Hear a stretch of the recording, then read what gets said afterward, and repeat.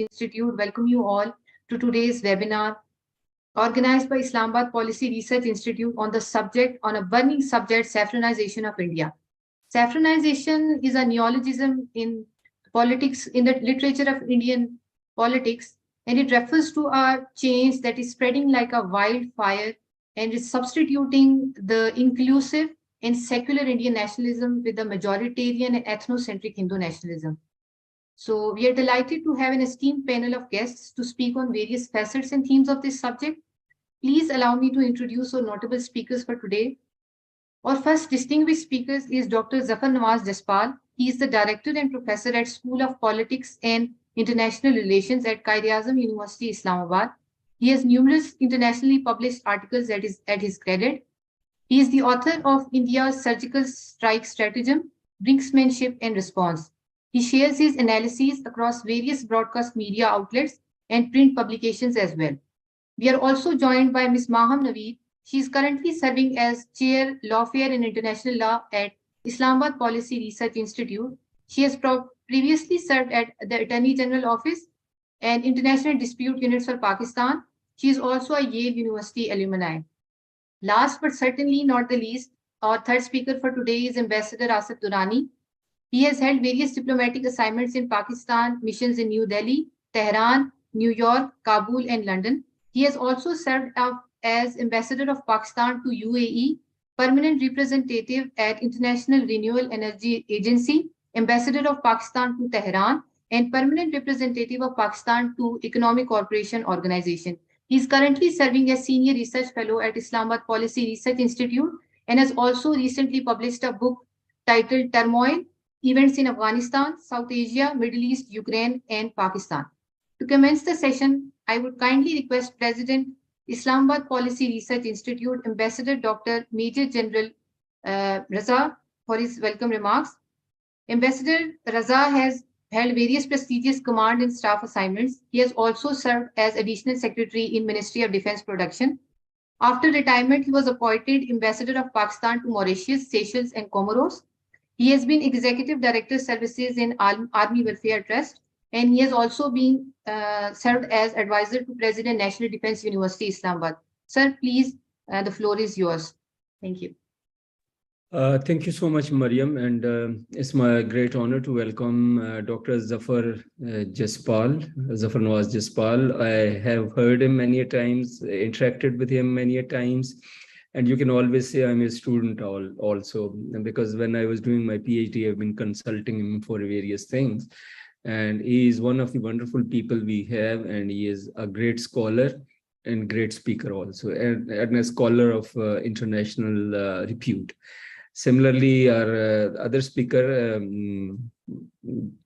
Ambassador Asif Durrani, I know him since long again, from my very early days of the service, and one of the wonderful people and the most appropriate person. And Maham, I hope, Maham, you are there. Yes, sir, I'm here. Oh, thank you so much. So you can put on the camera for a moment. So Maham is our great law chair, and one of the most suitable person we could actually choose for the law chair. As far as today's webinar is concerned, you all know Mariam has very aptly introduced the topic to you. Basically, what we are going to talk about and hear about is the Modi and Modi's party, its impact on the Indian society and India, which used to very proudly call it a secular state. The Modi and his party, the RSS, have actually turned it into a Hindu nationalist country. And there is a rising tide of populism which Modi rides, and it makes him very, very arrogant. But more importantly and more alarmingly, we have information that there are about 3,000 full-time volunteers of the RSS and the Sangh Parivar, which are there on the front line, and in various activities they have been involved in conducting the human rights violation. I think with this small introduction to the topic, I will straight away hand you all over back to Mariam, and once again, very grateful to you all for joining us. Yes, Mariam, to you, please. Thank you, sir, for your kind welcome remarks. Now, formally commencing the session, I would request my teacher as well, Dr. Saffronisaton, to talk on Bharatiya Janata Party use of state machinery and judiciary for Hindutva project. Sir, please take the floor. Thank you.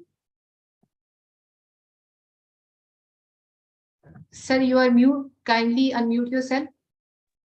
Assalamu alaikum. Now it's clear? Yes, sir, it is. You're audible. Thank you very much, Mariam, and I'm highly honored that the IPRI has invited me, and Ambassador Raza's introduction is again very much honor for me, and it's a great pleasure to speak here on a very important topic.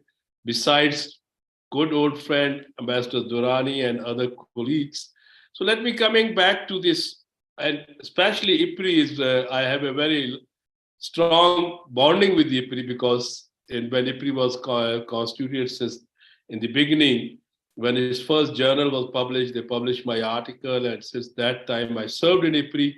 So I have a great linkages with the IPRI, Islam Policy Research Institute.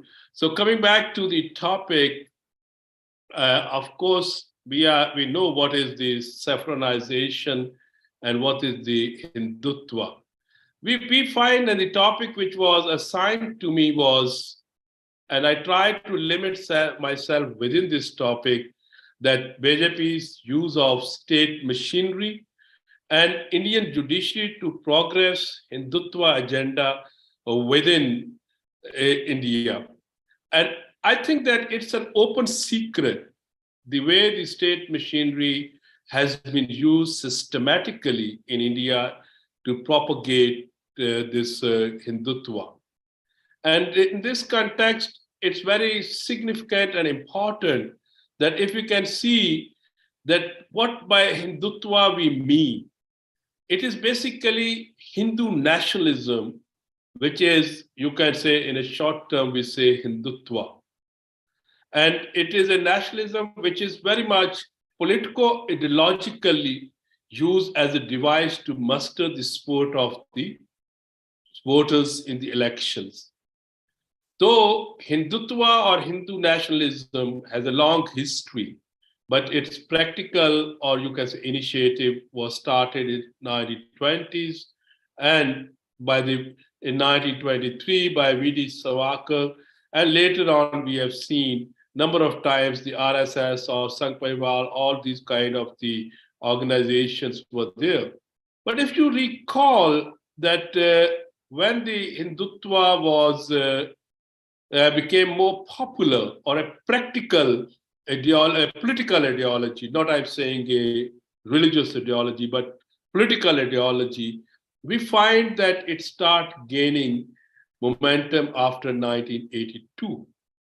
And if you see, and I still recall once when I think, Mariam, you wrote this paper, on trauma and glorification or trauma of victimhood, all these kind of the things which has systematically the BJP has used to glorify the Hindutvas, to establish the Hindutva, and at the same time, what we call it, this narrative, centuries of victimhood of the Hindu community in the subcontinent. So in this case, when we look about this trauma theory or all these things, we find that how they have systematically used, but in the application of that, the state machinery has been also employed, and especially after 2014, and we have seen the results in 2019, that they were very much 303 plus seats were won by in Lok Sabha. A loser in the 2019 in a border conflict or in a limited war or whatever you give a name on 27th February 2019, and India as a big conventional power jumping on the nuclear and using the nuclear rhetoric, and even now it's selling this that the Pakistan may use, but they were in fact deployed the weapon. That was very much, but still they won the election in 2019. but this draw attention towards a very important question: how their popularity increased. While in India, it became so recognizable, or a BJP which started in 1982 with the 2 seats, and now in the Lok Sabha, and now it has 300 plus seats in the Lok Sabha. So that's to answer, or to, you can say, focus on this issue. Naturally, the IPRI has very rightly identified this topic. Of course, I'm sharing my views, but it still need more in-depth research. But I will be highlighting certain things, that how this thing has been adopted. We have to not forget in this case what is the happening because of this trauma theory now, when we see that the Hindu nationalists fuel intercommunal conflict by emphasizing an imaginary demographic threat. And in this context, when they go for intercommunal conflict, they use the law enforcement agencies in order to kill, or you can say, support their own, kill Muslims or support their own agenda. That's why Muslims in India believe themselves to be in a situation similar to that of Jews in Germany in 1930s that led to the genocide. Now, in this case, when we are looking about, two things are very significant before going on this. That first is, what is in India? In India, though we say it's a pluralistic society, but it's not a pluralistic, it's an overwhelming Hindu majoritarian society. Minorities, though earlier rights were protected in the constitution, but since the rise of the BJP, then we find that minorities are now not treated as the citizens of India, and especially Muslims. India characterized by religious majoritarianism in the scope of Hindu nationalism, that is the correct way to look and justify or answer the question why India BJP won 303 seats at the National and the National Democratic Alliance, further 353 seats.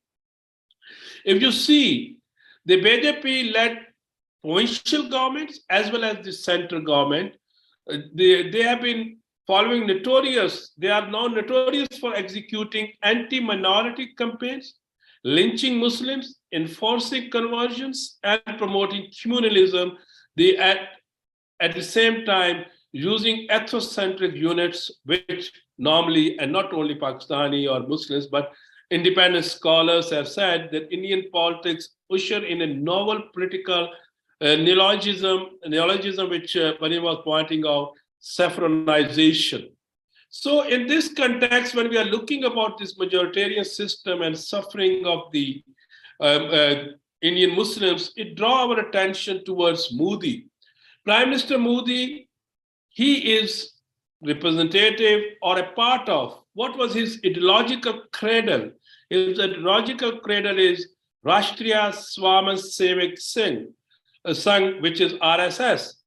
This ideological, and it is a right Hindu nationalist movement since decades, and it was a cradle, or it is the ideological cradle of Prime Minister Narendra Modi and his associates. And they talk about 100 years of war. While professing an interest in dialogue, they are always talking about anti-Muslim violence. Now, that is that the success, as I already pointed out, that when we focus on this, you can say, systematic rise of the in Lok Sabha, or increase of the BJP seats in the Lok Sabha, that draw our attention towards the state machinery. How systematically they use the state machinery, and for understanding that, how I'm defining the state machinery based on the literature or definitions. The state machinery, when we say the system of agencies that implements the power and functions of a state, is shortly referred as state machinery. In a broad sense, state machinery includes not only the bodies of the state authority themselves, but also such extremely important tools of power as the armed forces, intelligence, and other law enforcement agencies through which they could take punitive measures, or other such enforcement bodies. In the government machinery, generally we divide it into three parts. We say elected members, legislature, and India is a parliamentary system where elected members or cabinet becomes the same. But in this context, we say the second part of this government machinery is the cabinet or executive authority, which coordinate the making of policies and laws and oversees the implementation of government departments.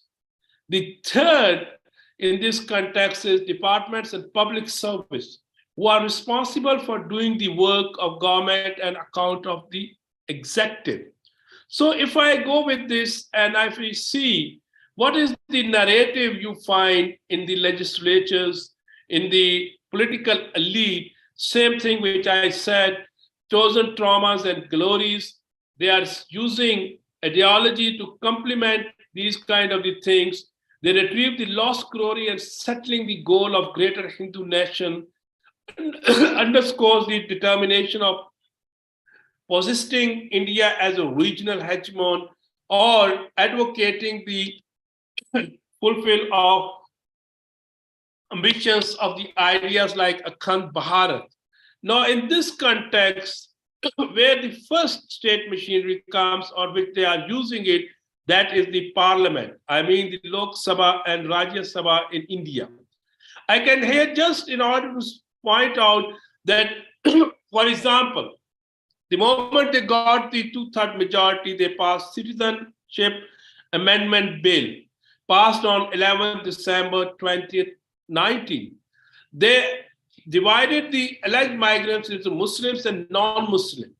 The bill explicitly and blatantly seeks to enshrine religious discrimination into law. And its main purpose is the delegitimization of Muslim citizenship. So a parliamentary majority is used to strengthen this BJP, what you call it, a voice that they are the most Hindu representatives, they are going to take the revenge or they are going to glorify.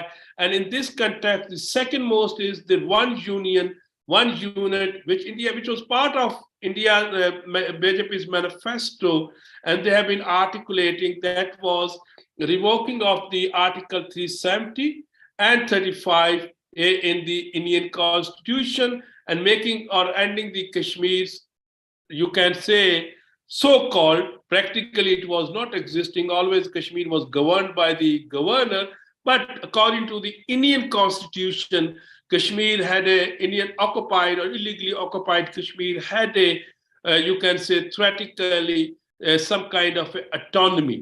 But that was also changed, and that they used the parliament. And then from the parliament flow, they use how to influence the other. And as you know, as I pointed out, that in this context, executive body is also coming from the cabinet, and cabinet is from the parliament, and from there they go for it. There's another systematic way of using the state machinery is that at the municipal level, they use, or at the provincial level, they started how to change the history. In this context, they targeted the education institutions. If you recall, in September 2018, the the University Grant Commission in India celebrated the FAR surgical strike or a sham surgical strike of 2016 as in order to galvanize, to muster the support for the next 2019 general election. So University Grant Commission used this. Secondly, it's an open secret that within India, in every state or at the national level, they are rewriting the Indian history. They are changing this history, which was earlier written during the pre-colonial period and after the colonial period. And why? Because knowledge is the most potent force, and the essential medium for its acquisition has been education institution and syllabi. And by this, they're changing the curriculum, and BJP is using this tool to preach its entitlement ideology and propagate of its chosen traumas and glories and strengthen its understanding or from bottom to the up, they are changing and going for it. In order to further strengthen this, they have adopted at the municipal level changing of or renaming of the streets, the cities, or you can say other institutions' name. Multiple endeavors and successful attempts have been undertaken to erase the heritage of other. Here, Muslims fit the definition of purported by the Hindutva. The process started during the first 4 years of the BJP government, when several streets across India under the title of Mughal emperors were renamed in 2015. In August 2018, a railway station in Uttar Pradesh, for example, was renamed from Mughal Sarai Junction to Deen Dayal Updaya railway station. Similarly, in November 2018, the city of Allahabad was renamed as a Prayagraj, which is believed to be the site where Lord Brahma made his first sacrifice after the creation of this world. There are many examples of this. So naturally, these changes you cannot make or execute without the assistance of the state departments. That leads me towards another important area. That is, if you see, in this case, the RAW agency or other intelligence agencies like Indian IB or this, they have been used to propagate, to change, and to investigate or observe the anti-BJP, you can say, people or movements. But here the most thing which draw our attention is that is Indian Armed Forces. The politicization of the Indian Army is no more a matter of dispute. Late Chief of Defense Staff Bipin Rawat's political activism is well known. Rawat, in fact, has been just a part player in largest Saffronization project. He opened the door to right-wing social media, Hindu rituals, and cult worship of the leader. Narendra Modi's regime was just focused to use it as a fodder for gaining political mileage and maligning India, Pakistan, particularly, and in general, you can say in this context, China as well. So if you see when even after the Gulwan, when he visited Modi and he went for, he did a rituals in an army combat, all these pluralistic sort of a army, Indian Armed Forces culture has now been transformed in this kind of things. There, the Hindu rituals, Hindu religious practices or customs are openly observed and guided.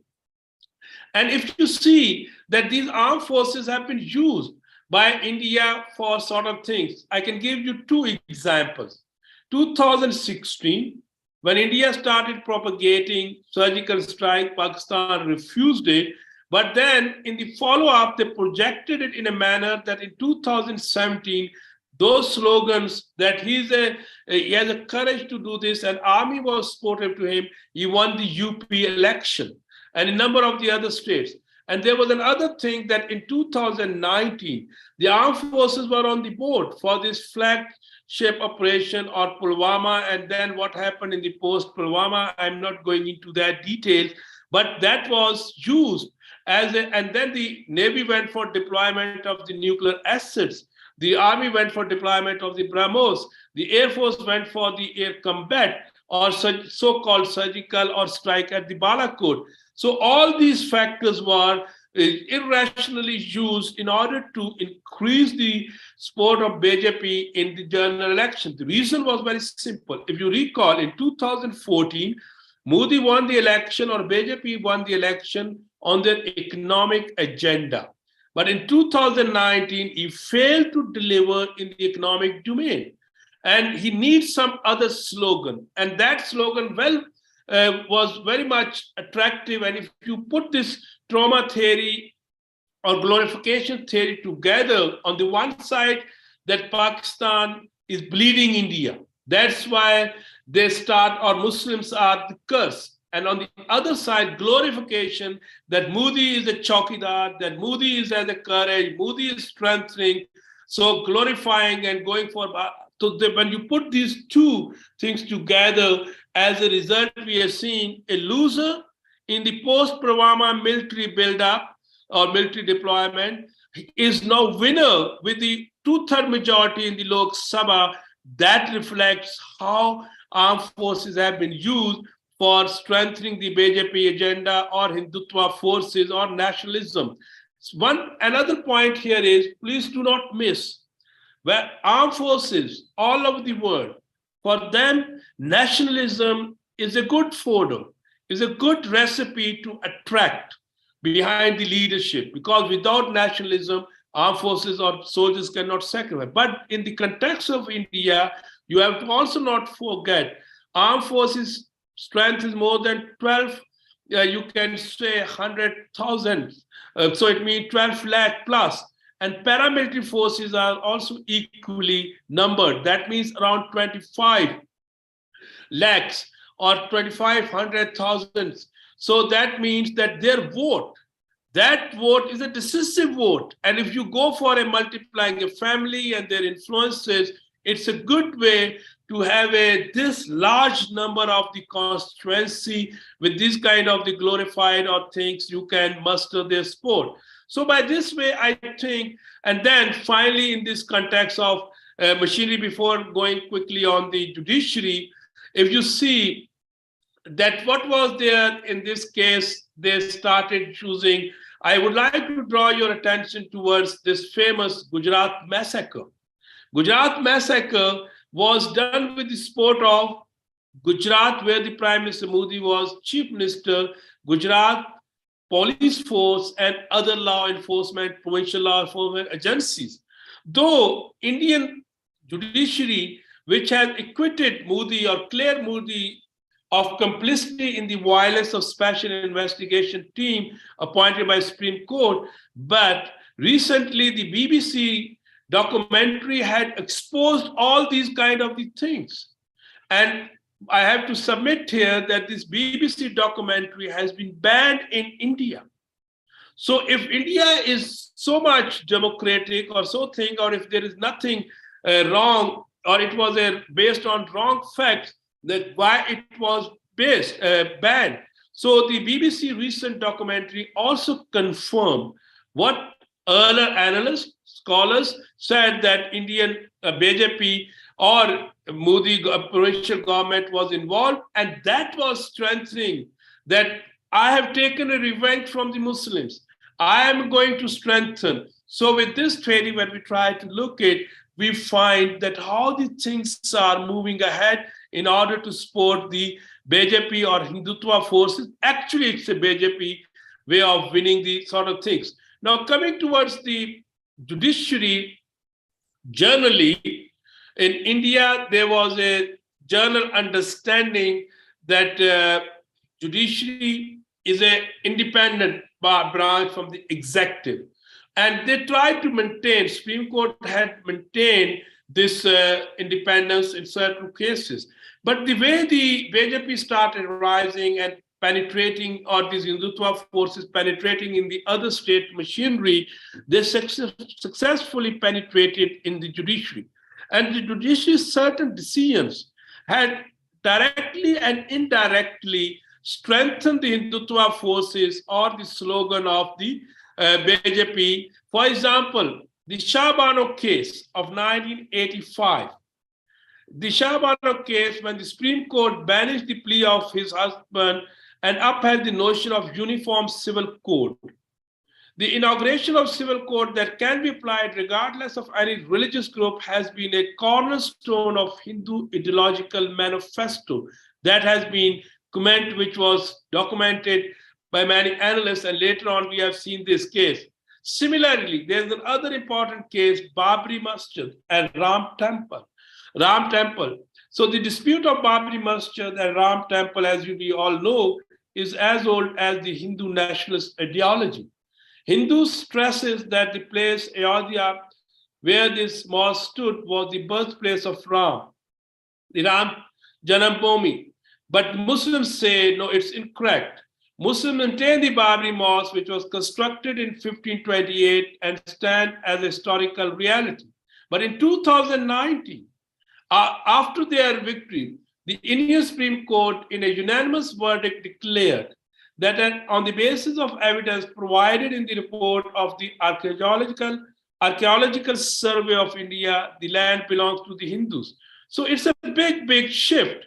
But at the same time, still, the Modi government or BJP is not satisfied with the Supreme Court, or sometimes they feel that the independence of the Supreme Court may hinder in their agenda of saffronization, or you can say Hindutva. So what is they are introducing?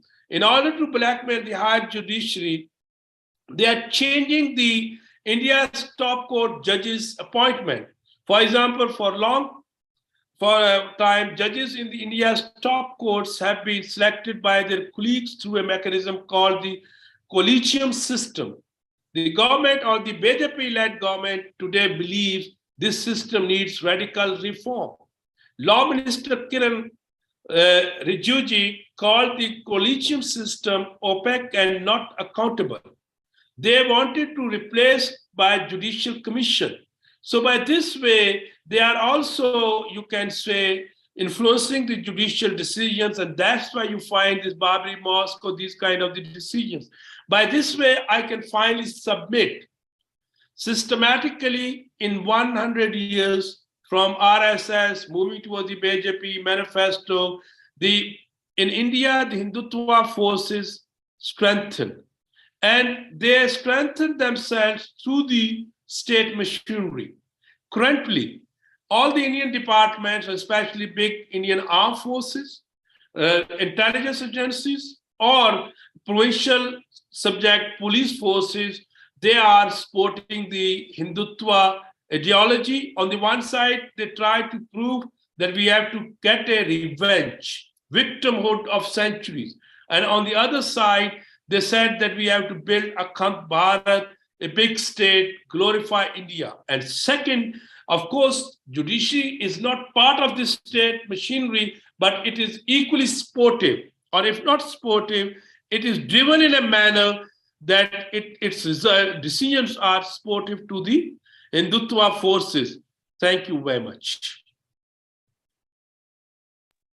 Thank you so much, sir, for your enlightening remarks. I completely agree that the Hindu nationalist ideology is not dated back to 1980s, but rather it is a phenomena started from 1920s. Who is a Hindu, written by V.D. Savarkar. Now I would request our next speaker, Ms. Maham, to share her deliberations on human rights abuses in Indian illegally occupied Jammu and Kashmir. Ms. Maham, can you please unmute yourself? And thank you. Floor is yours. Thank you. So the issue with Kashmir, which we've seen since 2019, goes back way before that. Human rights abuses have persisted in Kashmir and against the Muslims in wider India, both in practice and now recently we've seen through the Indian legal system as well.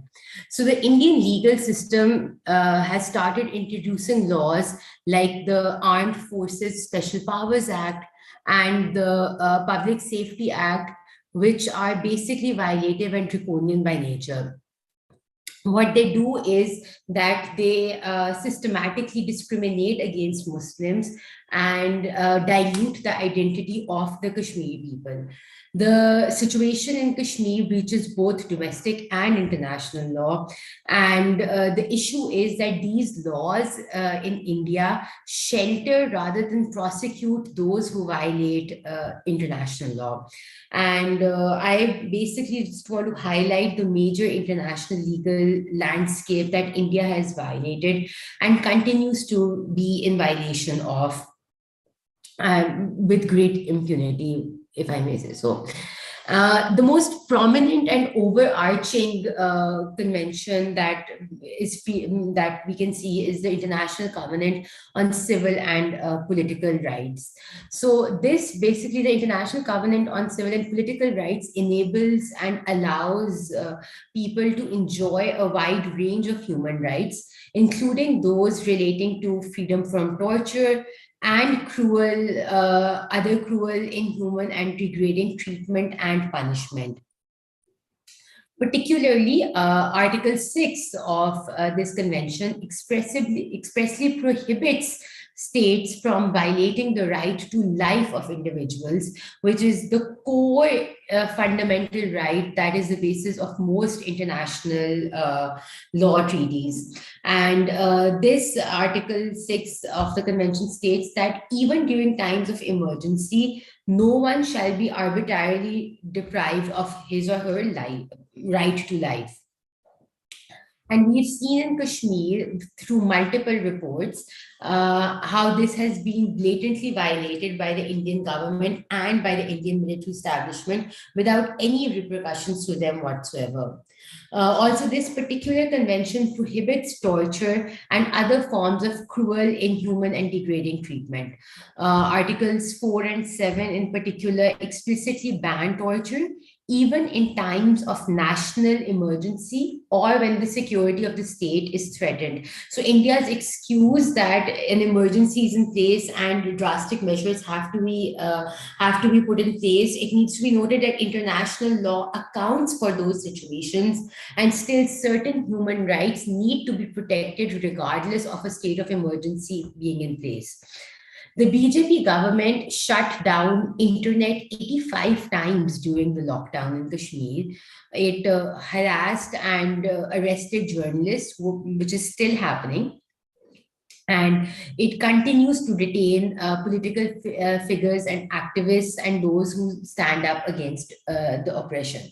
So all of these are violative of the convention and violate the right to life, which now includes the right to a life with dignity. Dozens of civilians have been killed by armed groups since the abrogation of Article 370, despite false claims that the security situation has improved by the Indian government. And this action of the Indian government brings us to the violation of the 1948 Genocide Convention. So the history of Indians' illegal occupation of Kashmir since 1948 amply demonstrates that India has been in gross violation of the Genocide Convention. The Genocide Convention, and understanding it, is important because it makes clear that committing genocide, regardless of peacetime or in time of war, is a crime under international law and should be punished. And the reason I keep on saying this is because India continues to say that there's a state of emergency and drastic measure needs to be taken. And again, coming back to that point, that certain protections still need to be respected in those times. And so what defining genocide is, and this is the convention that does so, Article 2 of the convention says that deliberately bringing about the physical destruction in whole or in part of a racial group will constitute genocide. And it's clear that BJP's government's policies have been directed towards the destruction, the racial and ethnic destruction of the Kashmiri people. And so that directly falls within the definition of genocide contained in international law. Indian actions in Kashmir also amount to genocide because the BJP government has tried to destroy the ethnic and racial identity of the Kashmiri people through both its actions, legal and otherwise, which I'll also talk about later on. And as per the definition that I just spoke about, the Indian inhumane acts in the illegally occupied area are part of a larger plan of genocide. Indian security forces are intentionally killing the Kashmiri civilians, using pellet guns to blind Kashmiris, detaining them in torture camps, raping of women, and destroying the physical and psychological conditions of the Kashmiri people. It's being said that most people who have undergone this kind of torture under Indian occupation some of them may never recover from what they have undergone since the abrogation of Article 370. And the actions of the Indian armed forces then also, in a way, force us to look at the way they've behaved with the Kashmir people, also force us to look at the Convention Against Torture. India is in blatant violation of the Torture Convention. And although India has not ratified the convention, which we know, it has still signed it. And regardless of whether India has ratified or not, prohibition of torture is part of customary international law. And customary international law is something that all states have to abide by and respect. Torture has been used for reprisals and as a punitive measure and as a controlling tactic widely and extensively in illegally Indian occupied Jammu and Kashmir. It is used as a systematic mechanism to create this a fear psychosis in the Kashmiri people and weaken the people's resolve to resist the illegal occupation. There have been reports of widespread torture and degrading punishment of Kashmiris in the illegal occupied region. The most common forms of torture that have been reported are severe beatings that have led to people being permanently paralyzed and electric shocks. The fact that there is political unrest in Kashmir is not reason enough for such blatant violation of international law. And what needs to be looked at here in relation to the above human rights treaties is the Fourth Geneva Convention, which was established for the protection of civilians in two main situations, which is armed conflict and military occupation, which is very relevant to the Kashmir situation. So there are around 700,000 roughly reported Indian soldiers occupying Kashmir from 2019 onwards. And at that time onwards, it was stated by most newspapers as making it the world's most densely militarized area. So Article 32 of the Fourth Geneva Convention prohibits torture against civilians in the occupied territory. So this means that the Fourth Geneva Convention and all protections that it places on civilians have to be respected by India, which they were not. Thousands of civilians in Kashmir have been arrested without due cause and without being given any reason, and have been abused by Indian soldiers. And one of the most important articles of the Geneva Convention is Article 49, which prohibits the deportation or transfer of part of the occupying population into the occupied territory by force. And this is exactly what India has done. So after revoking Article 370 of the Indian Constitution, India has not only stripped the Kashmiris of their autonomy, but has also paved the way for Indians to buy property and make investments in Kashmir and effectively to make inroads into Kashmir and have citizenship, something that dilutes the identity of the Kashmiri people. So India has tried to legalize its demographic changes in the illegally occupied Jammu and Kashmir region by imposing domestic laws such as the Jammu and Kashmir Reorganization Act and the Adaptation of State Laws Order. Both these particular laws, what they've done is they have tried to, their effect has been to dilute the majority Kashmiri region and to bring about demographic changes in Kashmir, which is a blatant violation of the Fourth Geneva Convention. And these laws then in themselves can be challenged under international law. The situation on the social and economic front in Kashmir and India is equally bad. India is in violation of the International Covenant on Economic, Social, and Cultural Rights, which is the main overarching which provides the main overarching international law on economic rights and social rights, and which particularly with regards to social rights states that all individuals have the right of self-determination. So by virtue of that right, they're free to determine their political status and freely pursue economic, social, and cultural development. The status of Kashmir right now, the militarization is such that Kashmiris and Muslims in India are not free to pursue their economic and social development in India, which is a fundamental right under international law.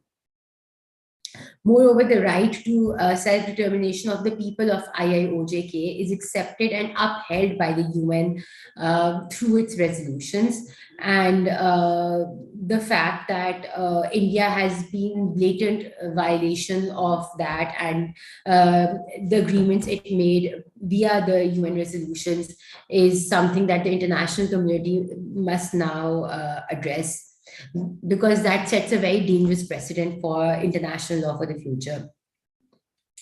Moreover, Kashmiris and Muslims in India have been unable to establish an economically viable life for themselves because of mass discrimination and the problematic policies of the BJP government, all of which are systematically embedded in the social fabric now. By this virtue, India also violates the International Covenant on the Elimination of All Forms of Racial Discrimination.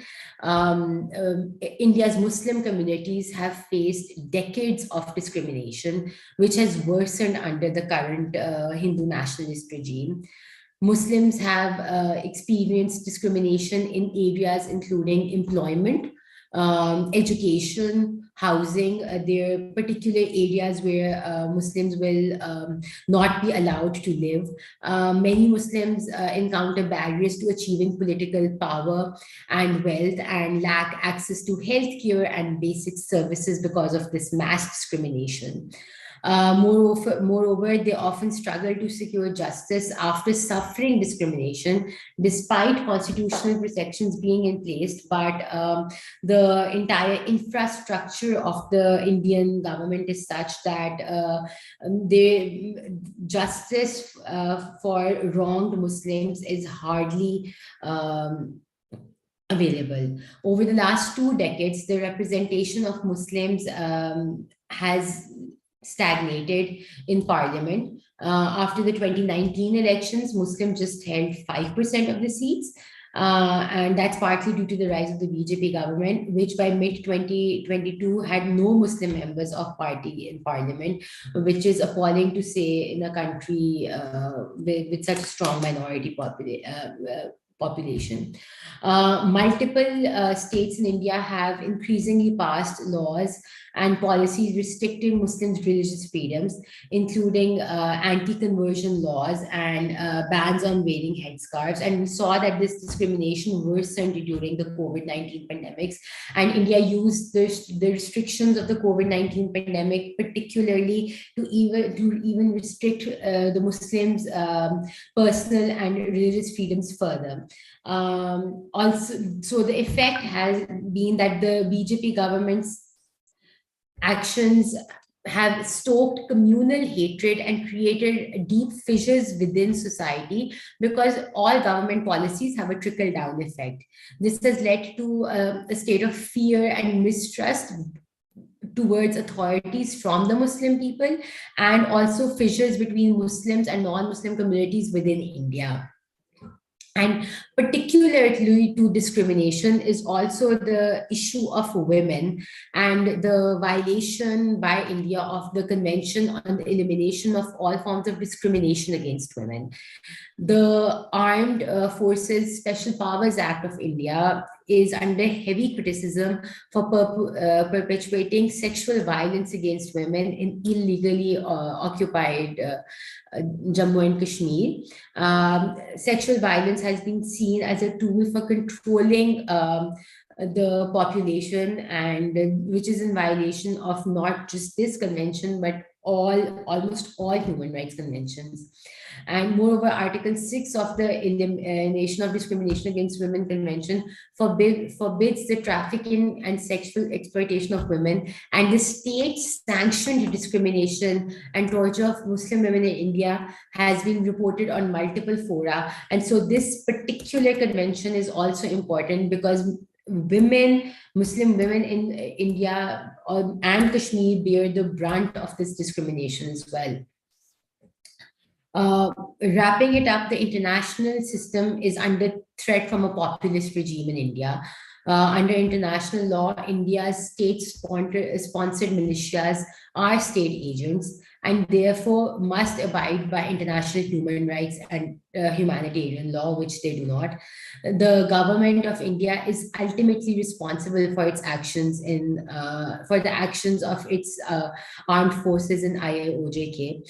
Kashmir is yet another test case for the efficacy of the international legal order, like other civil, like other areas have been, such as Syria, and all states should now come together to uphold the sanctity of the international legal order and the moral obligations it entails. Thank you. Thank you, Ms. Maham, for shedding light on international perspective and blatant violations of international law by the Modi regime in Indian illegally occupied Jammu and Kashmir. Now, I would like to call our last speaker, Ambassador Asif Ali Durrani, to share his views on India as a flawed electoral autocracy. Sir, the floor is yours. Thank you very much, Mariam. And I think most of the issues have been dealt by our worthy speakers before me, especially Professor Zafar Jaspal and, of course, Maham from the legal point of view. And but if I can draw inference from their interventions, we can say that while India has always been a Hindu state, its founding fathers consciously decided to keep the country secular. At least it is mentioned in the Indian Constitution. And according to the fundamental rights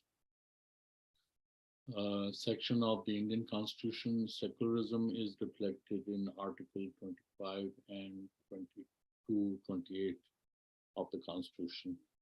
And these articles state that every citizen has freedom of conscience, the right to profess any religion of their choice, the right to practice and propagate any religion.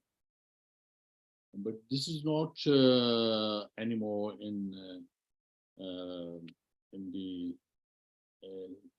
Hindu-led dispensation, which has tightened its grip ever since Mr. Narendra Modi was elected as the Prime Minister of India in 2014.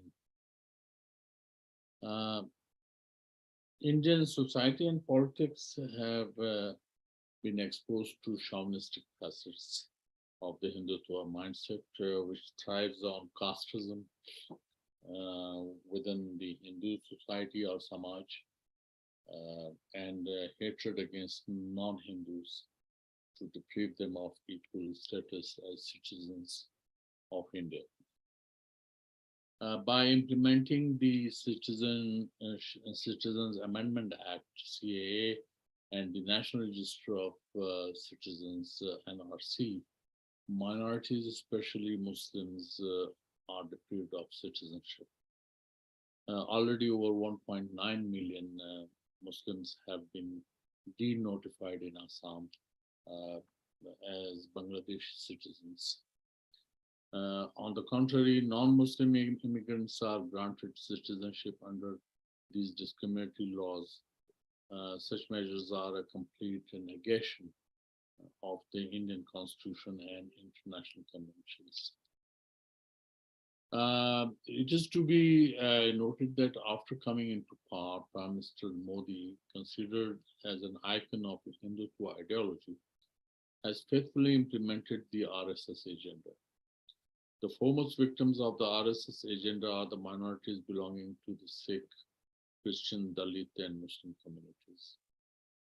Not only that, Mr. Modi, fulfilling the promises made in BJP's manifesto, has completely disregarded the international norms governing the bilateral relations and illegally merged the disputed state of Jammu and Kashmir into India. Thus, RSS-led Hindutva dispensation has set a dangerous precedent in South Asia by illegally swallowing the Jammu and Kashmir state without a reference to the United Nations.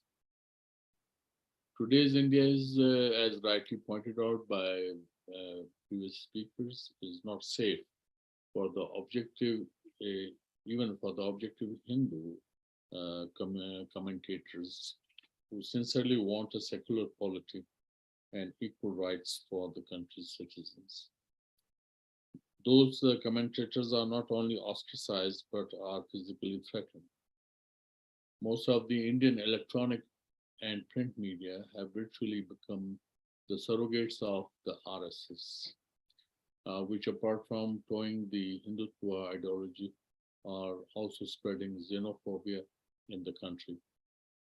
In 2019, the US International Commission on Religious Freedom, USCIRF, had gravely expressed its concern over the plight of minorities, particularly Muslims.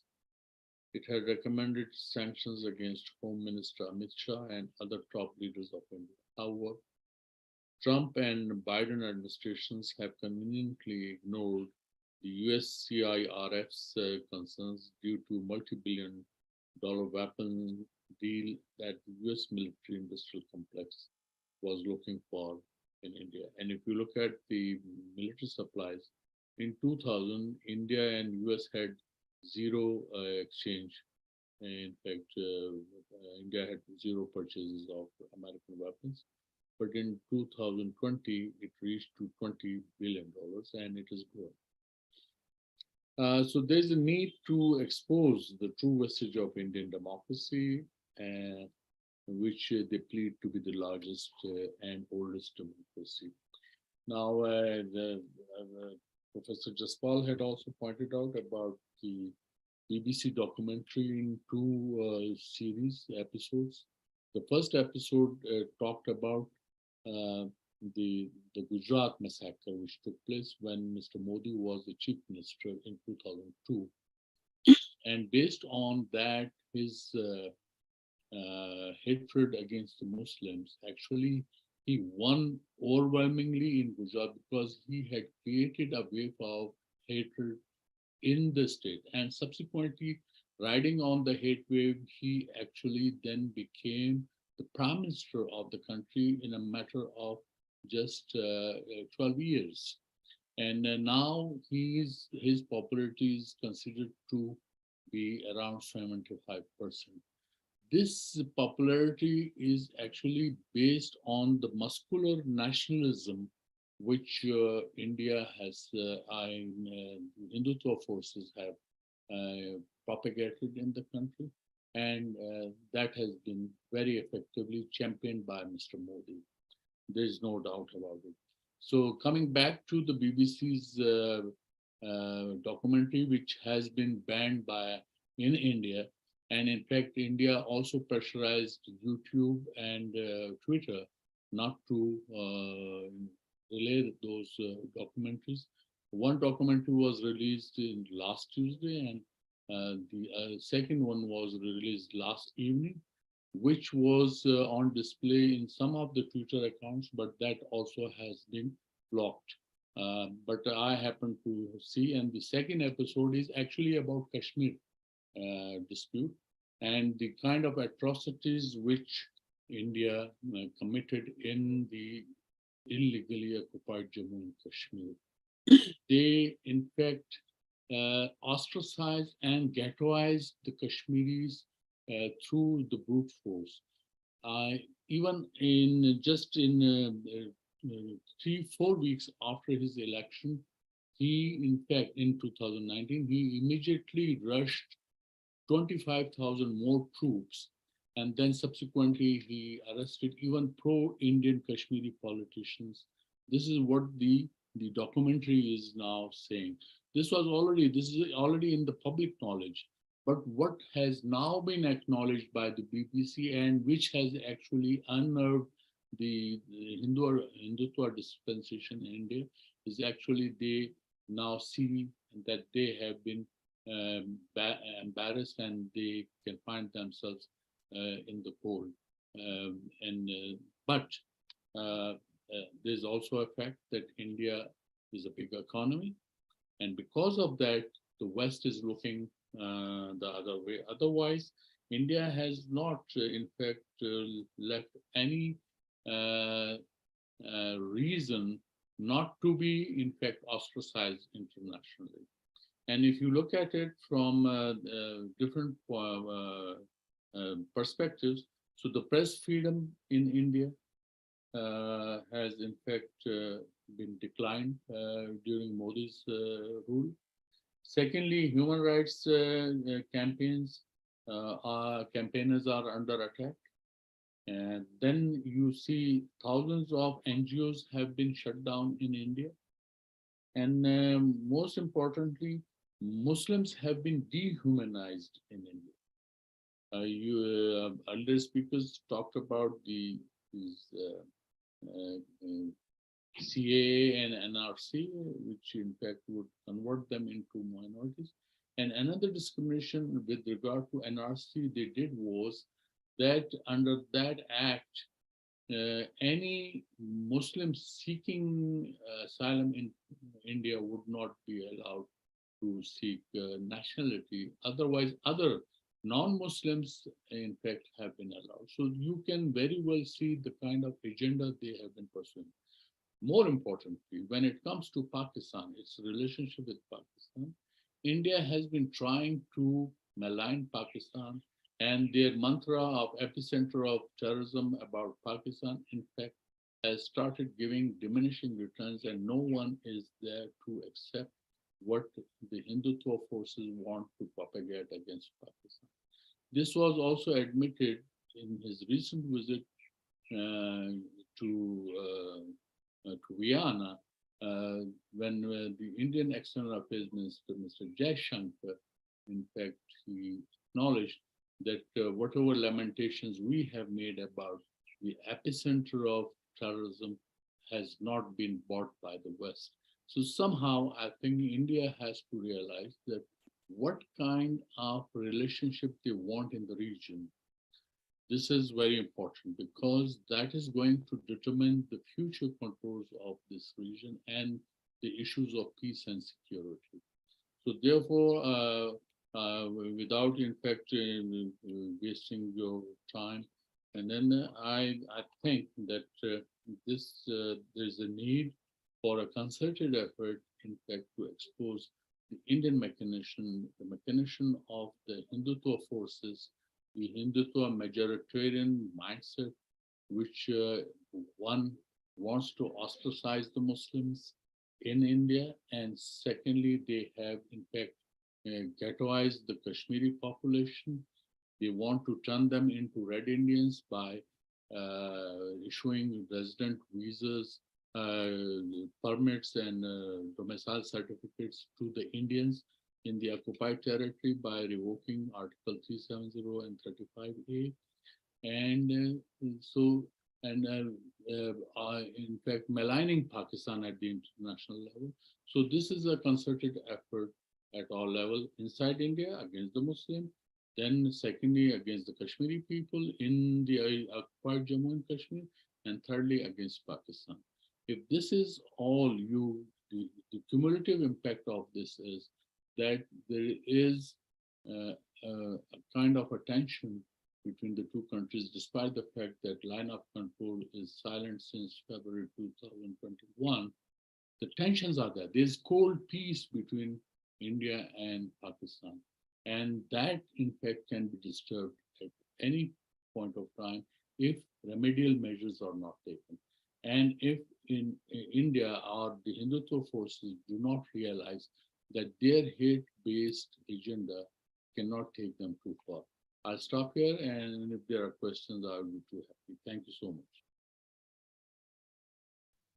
Thank you, Ambassador Sir, for your thought-provoking views. And I guess most of the views that most speakers have shared are echoed in the book that Christophe Jaffalo has recently written. The book title is Modi's India, Hindu Nationalism and Rise of Ethnic Democracy. And like Ambassador Sir has noted, that he has also written that India is transitioning towards an electoral authoritarianism. So now the floor is open to questions. Sir Jaspal, there is a question for you from IPRI's researcher, Hamza Rifat Hussain. And he asks that, what do you make of the BBC documentary on Indian Prime Minister Narendra Modi? Why has it been censored in India? He wants your view on the BBC documentary that has been banned in India. So just part. Thank you very much. I think that this documentary is retreating or confirming what earlier Ambassador Durrani had also narrated and I also referred.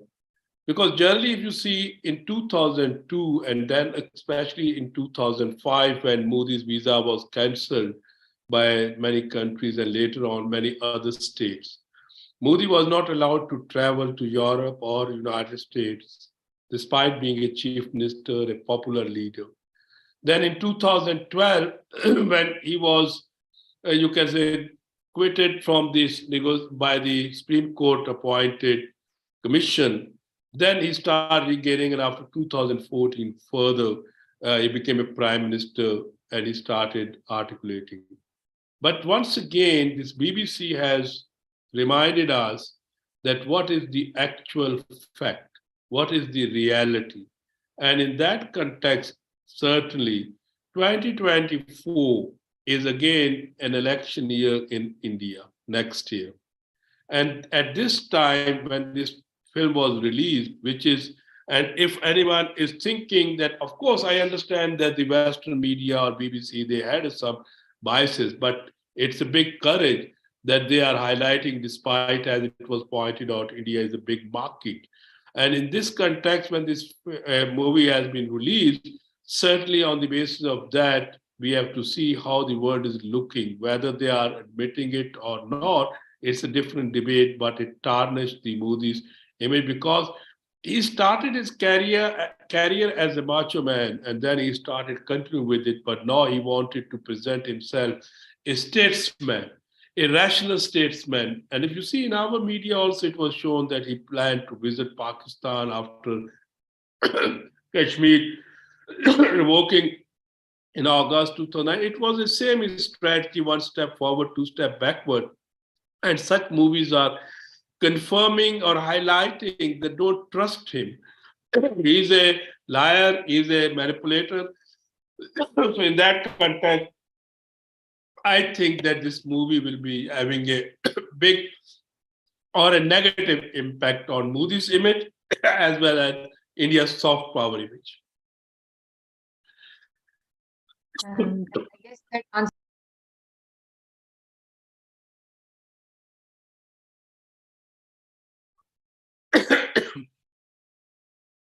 Maryam, आपके आवाज नहीं आ रही. I guess that this answers his question.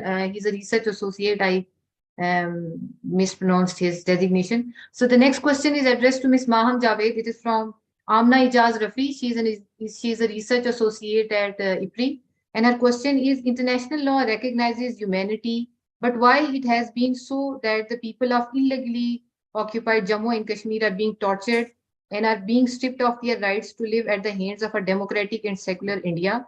Does it imply that it is military force on the ground that defines law and secures people, or to exercising international law requires political backing? She wants your views. Thank you. Thank you. So, answering Amna's question, the way the international legal system works is that unlike domestic laws, which are black and white in nature and are applicable in a state, international law actually is defined and works through the operation of states. And the idea is that international law is, and I've had multiple conversations with Ambassador Durrani on this as well, is based on the will of sovereign states. So part of the issue which we've seen in Kashmir and other states as well, which have borne the I would say the negative brunt of international law in states not doing anything at all, and Syria being one example as such, is when the will to act is not there. Now, the United Nations does have mechanisms in place for states to act in times of atrocities such as that. But for states to have the political will to do so is another question, and that also is also dependent on how much weight a particular country can pull and allies it can gather, because that's how the international legal system is based. The main structure of international law is based on the sovereignty of states. And so the idea is that there needs to be, the current debate in international law is also human rights versus sovereignty. So when can the sovereignty of a state be infringed upon for a larger human rights objective?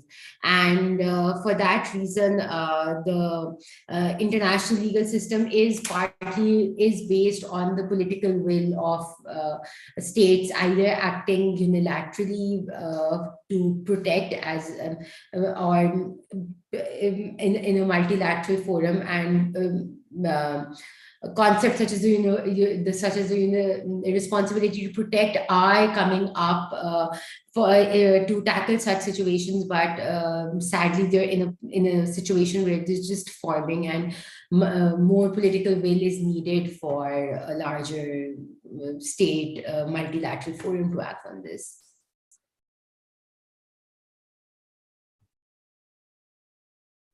Thank you, ma'am. So there is another question addressed to you, Ms. Maham, and it is from Director Research, Dr. Brigadier Rashid Wali Janjua. And he says that, could you kindly comment on the legality of Indian revocation of Article 370 purely from the international law perspective? So India's revocation of Article 370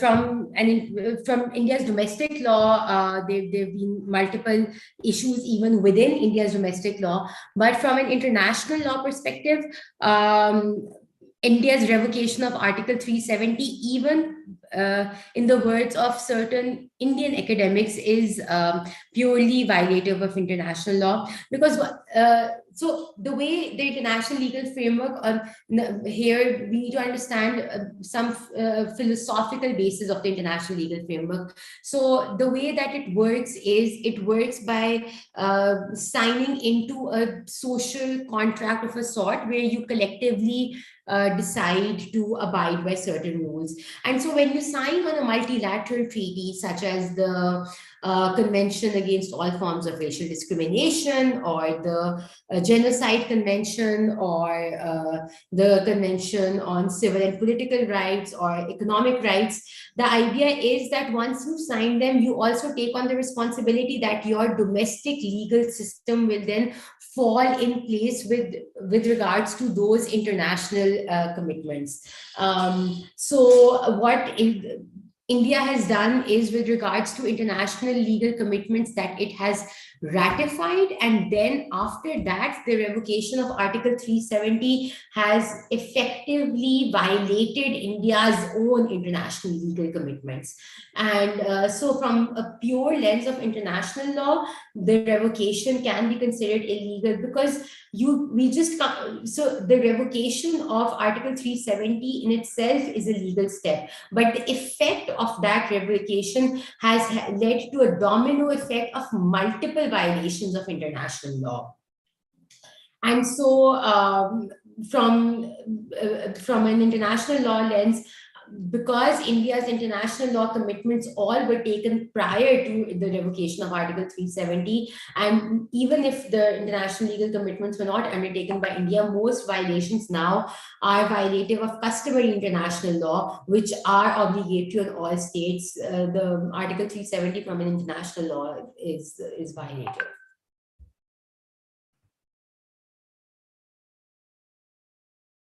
Thank you, Ms. Maham. I guess we have no more question. So I would finally request my our esteemed speakers, Dr. Jaspal, thank you for joining us. Sir Ambassador, thank you for joining us. You took time out of your busy schedule. We were delighted to have you as our guest speaker. And you can all share us on our social media platforms, Twitter and YouTube. And that is all for today. Thank you so much, everybody. Thank you very much. Thank you so much, everyone. I'm grateful, and Mariam, well conducted. Thank you so much for a good conduct. I must say that we had very enlightened speakers speaking to us during this webinar. Grateful to Dr. Jaspal. He covered history till date and beyond, actually, very well. How the saffronization of the Indian society took place, how the Hindutva has been riding the Indian polity, and how has it affected the Indian society and people around, and especially about the human rights violation. Maham very aptly covered the legal side, and how this plague of Hindutva and saffronization is actually eating up the Indian cohesion, I would say. Similarly, when ambassador spoke, he spoke about Kashmiri Muslims and press freedoms and NGOs, and importantly, that Muslims are being dehumanized. Thank you very much, everyone. And thank you, Mariam. Thank you, Dr. Jaspal. Thank you, Ambassador Durrani and Maham. Thank you all the participants for joining us. Wish you all the best and thank you. Good luck, everyone. Thank you. Thank you. Thank you, sir.